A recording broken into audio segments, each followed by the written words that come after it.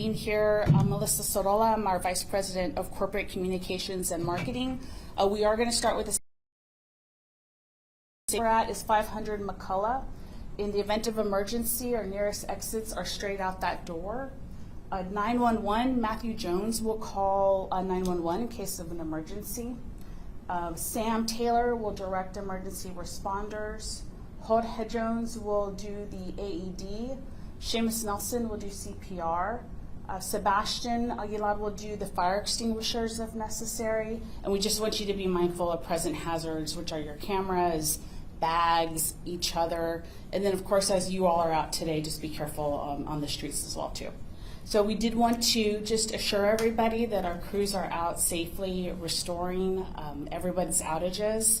I'm going to turn it over to Jose Trevino, who's our Vice President of Construction and Maintenance. He'll do an update in English and he'll do an update in Spanish as well. You're going to see us show a couple of slides up here on the screen, and we'll make sure that you get those images separately. So I'm going to turn it over to Jose for an update. Okay, thank you, Melissa. Good morning, everyone. I'm Jose Trevino, the Vice President of Construction and Maintenance Services. I'd like to give a quick update on our outages that we have this morning. Overnight, we received over 11,000 lightning strikes in our service territory.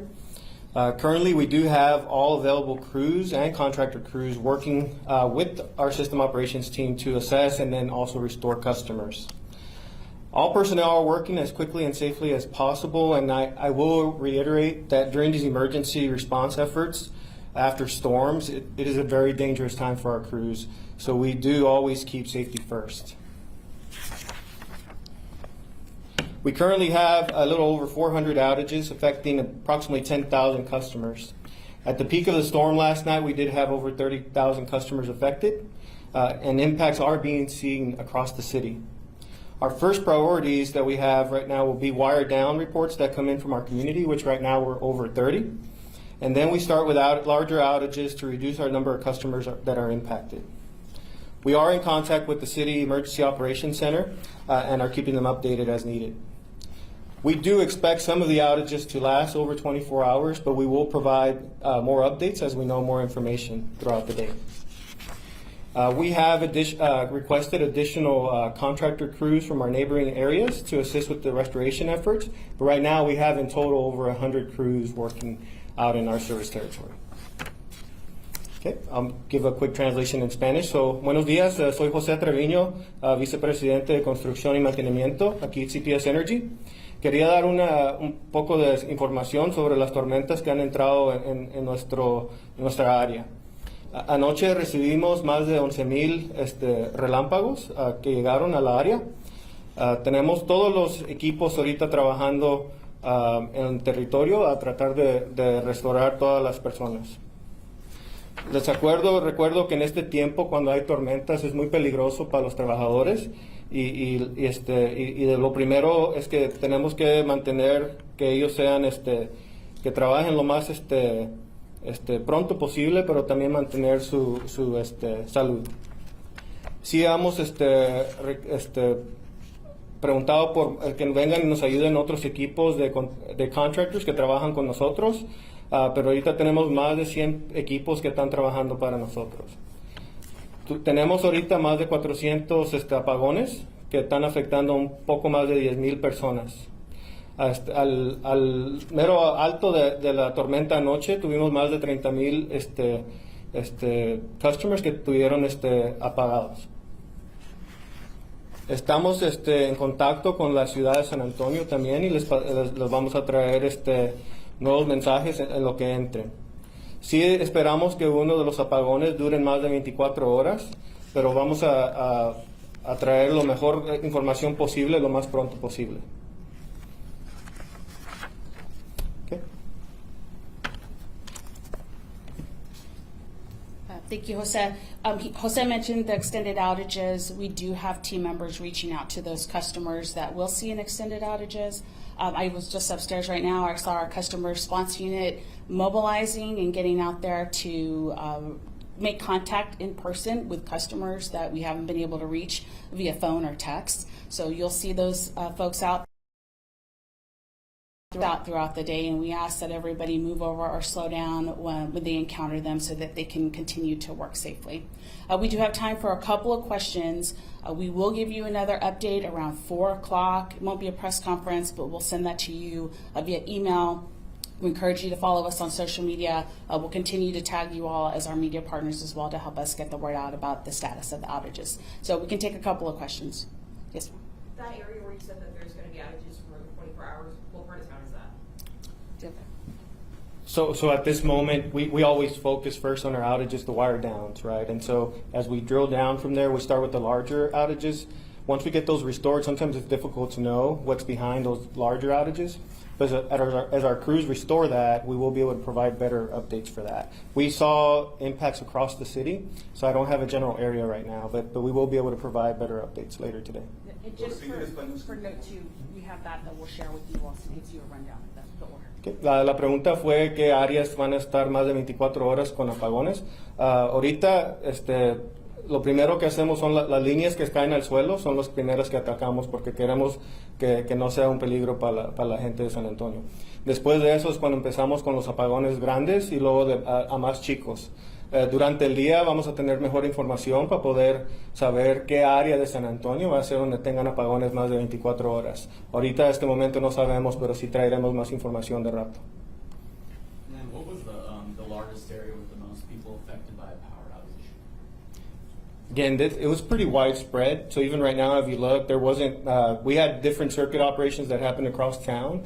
I would say right now it's difficult to see what areas more were impacted. I would say based on where the storms came, it came from east or from west to east, right? And so it pretty much absorbed the whole territory. So very, very difficult to pinpoint one area. And do you know what the highest amount of people without power was at one point? Yes, last night we saw approximately 30,000 customers at one time. Yes. So we had a storm a couple weeks ago. What made this storm different than any other ones that you guys have serviced? So the first thing, we've seen high winds a lot. We've seen some storms with lightning, but the lightning strikes are usually 1,000, 2,000 lightning strikes. Last night we had over 1,000 lightning strikes. 11,000. I'm sorry. Yes. And so as we saw the storm that came in a little while ago, we were tracking some lightning with that storm as well. So again, continuous issues with lightning. Those are unknown. The causes or what cause it will have on the system. It may create a bigger outage, and when we bring it down to a smaller number, we'll finally see the impact of it. It could be some equipment that fails or some wires that end up being down. ¿Desde qué hora comenzaron a trabajar con los apagones? Mande, ¿puede La repetir? hora en que comenzaron a trabajar con los apagones. Anoche fue como eso despuesito de medianoche que empezamos con apagones. Hubo un tiempo en el día, como eso de las 5 y 6, que tuvimos que parar todo la restauración porque había mucho relámpagos y el clima estaba muy mal para que los trabajadores siguieran trabajando. So the question was, at what time did we start restoring? It was a little bit after midnight. We did have a period of safety stand down for our crews because the lightning strikes and the weather was very, very rough, right around 5 to 6 in the morning. ¿Hay alguna recomendación o consejo para aquellos clientes o consumidores, usuarios que ahorita todavía sufren de la falta de electricidad? Sí, la primera cosa que preguntara o hiciera es que tuvieran un poquito de paciencia. Yo sé que han estado sin luz probablemente desde anoche, pero estamos lo más pronto posible estamos tratando de regresar la luz a todos de San Antonio.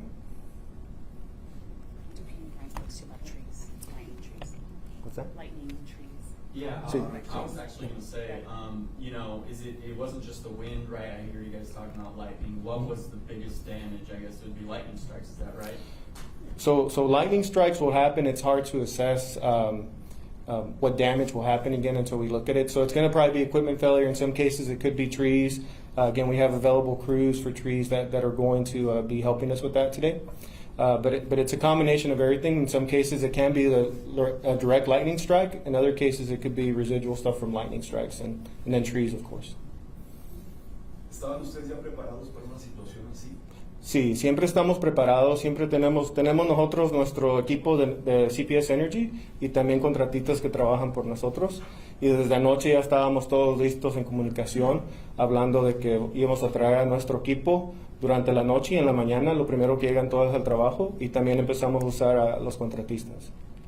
And you said it in Spanish, but for the English listeners, what advice do you have for people who are frustrated that they don't have power yet? Biggest advice for one is again, I would say some patience as we work through the restoration efforts.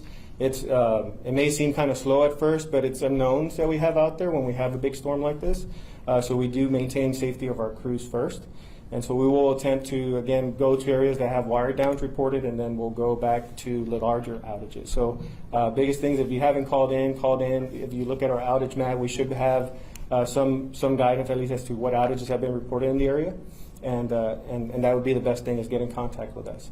In all cases, for safety, I would say if you see a wire down, don't try and do anything with it. Please report it to us.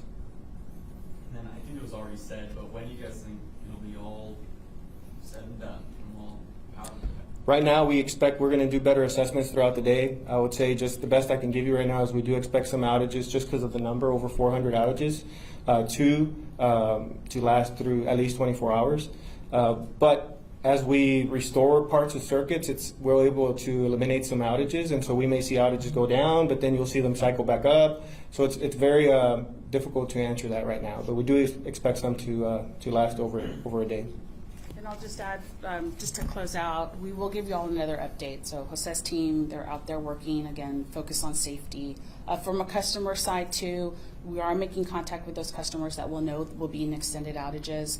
We know the city has places to stay cool at their libraries and community centers that are already open.